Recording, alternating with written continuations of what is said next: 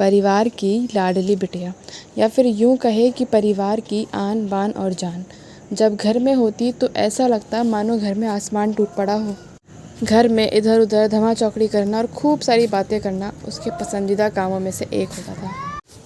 शिखा के दादाजी शिखा को बहुत प्यार करते थे, लेकिन आजकल उन्हें शिखा की एक चिंता और खाई जा रही थी, और वो थी उसकी शादी की चिंता। बस दादाजी अब हर परिवार में शिखा का ससुराल ढूंढते। शिखा को शादी नाम से ही इतनी चिढ़ थी कि शादी का नाम सुनते ही वो गुस्सा होकर मुंह फुला के दूसरे कमरे में बैठ जाती। खैर, थोड़ी देर में उसका गुस्सा खुद ब खुद उतर जाता और वो वापस आके अपनी फिर से धमा चौकड़ी करने में व्यस्त हो जाती। काफ़ी खोजबीन के बाद भी शिखा के दादाजी को कोई ऐसा परिवार नज़र नहीं आया जहां वो अपनी लाडली बिटिया की शादी कर सके। इसलिए उन्होंने अपने बचपन के दोस्त से इस बारे में राय लेने का निश्चय किया। बस फिर क्या था, वो अपने दोस्त राय बहादुर से मिलने बरेली की ओर निकल पड़े। अगले दिन जब वो बरेली पहुंचे तो राय बहादुर ने स्टेशन पे ही उनके लिए गाड़ी भेज दी थी। 10 साल बाद अपने बचपन के दोस्त से मिलने के लिए वो भी बड़े उतावले थे। गाड़ी धीरे धीरे राय बहादुर के घर की ओर बढ़ी। बड़ा सा बंगला, बंगलों के आगे बगीचा, गाड़ियाँ, नौकर चाकर देख दादाजी का मन खुशियों से भर गया। इन 10 सालों में राय बहादुर ने कितनी तरक्की कर ली है, नहीं तो 10 साल पहले राय बहादुर के पास था ही क्या। बस यही सब सोचते सोचते शिखा के दादाजी अपने दोस्त के बंगले पे पहुंच गए। गाड़ी की हॉर्न की आवाज़ के साथ ही राय बहादुर घर के बाहर अपने दोस्त के स्वागत के लिए आ गया था। अपने दोस्त को गले लगाकर वे दादाजी को अंदर ले गए। घर अंदर से भी काफ़ी शानदार था। अपने दोस्त की संपन्नता को देख शिखा के दादाजी भी फूले नहीं समाये। चाय नाश्ते के बाद राय बहादुर ने उनके खास दोस्त से आने का कोई खास कारण पूछा।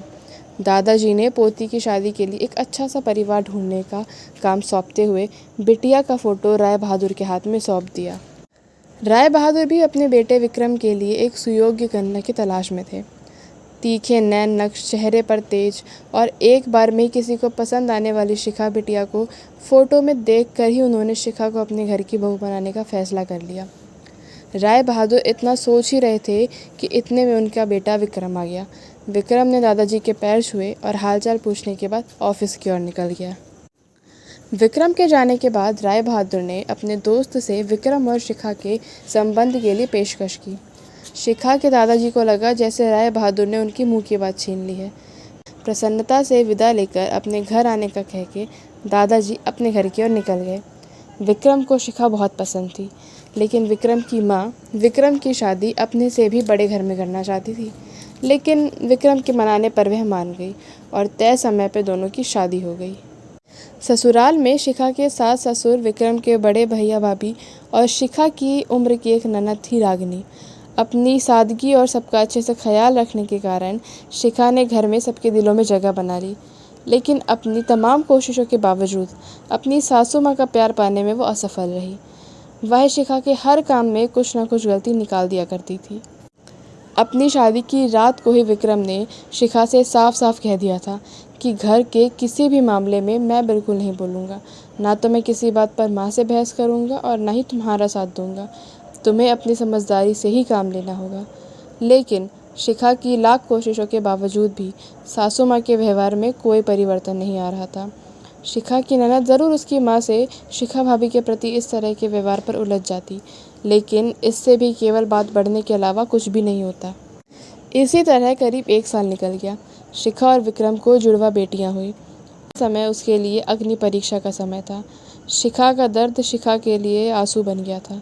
ससुराल में शिखा को संभालने वाला कोई नहीं था और विक्रम और उसके पापा ने शिखा को अपने मायके भेजने के लिए पहले ही मना कर दिया था।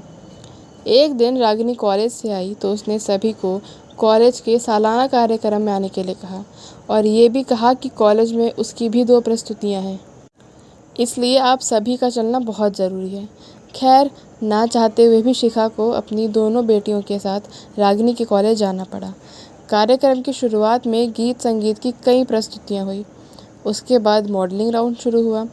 दर्शकों ने तालियों के साथ सभी का उत्साहवर्धन किया। मॉडलिंग में रागिनी ने भी हिस्सा लिया था। आखिरी राउंड में रागिनी के साथ 4 और लड़कियों को सेलेक्ट किया गया, जहां सभी से जज द्वारा एक एक सवाल पूछकर विजेता घोषित करना था। सवाल जवाब का दौर शुरू हुआ। इसी कड़ी में जज साहिबा ने रागिनी से सवाल पूछा, अगर घर में तुम्हारी माँ और भाभी में से किसी एक का साथ देना हो तो तुम किसका साथ दोगी? पूरे सदन में खामोशी छाई थी। सभी रागिनी के जवाब की प्रतीक्षा कर रहे थे। तभी रागिनी ने थोड़ा आगे बढ़कर कहा, अगर भाभी सही हो तो अपनी भाभी का। जज साहिबा ने आगे पूछा, क्यों? रागिनी ने जवाब दिया, क्योंकि मुझे भी कल किसी की भाभी बनना है। जवाब सुनते ही पूरे सदन में तालियां गूंज उठी। सभी रागिनी की सोच और उसके सटीक जवाब की प्रशंसा कर रहे थे। रागिनी को विजेता घोषित किया गया।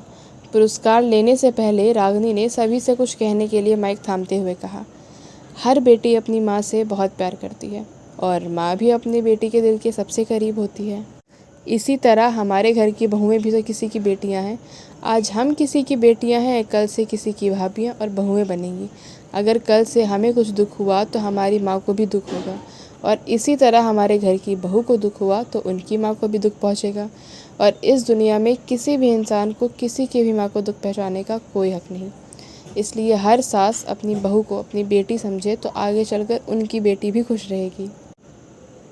रागिनी के इतना कहते ही पूरा सदन एक बार फिर तालियों की गड़गड़ाहट से गूंज उठा।